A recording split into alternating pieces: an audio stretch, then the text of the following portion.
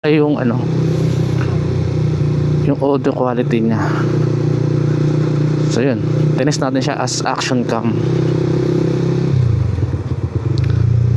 Tingnan natin. Siguro sa quality ng video wala na akong masasabi, maganda talaga yung quality niya.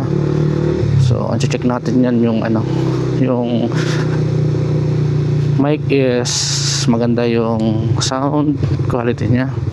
Then also yung ano, yung heating issue o yung nag-overheat issue ni DJI Osmo Nano, yun yung nakikita kong reviews before na nag-hold back sa akin na i-check tong maliit na camera na to. But as check dun sa website ng DJI, meron silang bagong firmware, yung in-update ko siya.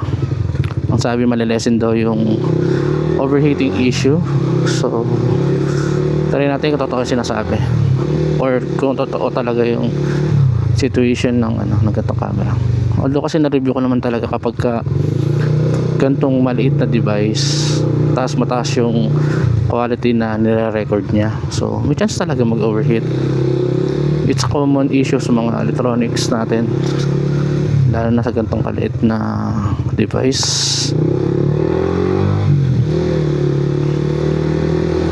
Siyempre ano yan, nag-read din ng board and ano yan, yung processor eh. So pag mas mataas yung kanyang binabasa, so may tendency talaga na ano, may overheating issue. Any camera naman yun, may ganun issue siya. Ito kasi maliit siya eh. So siyempre wala naman device sa perfect, may some pros and cons talaga.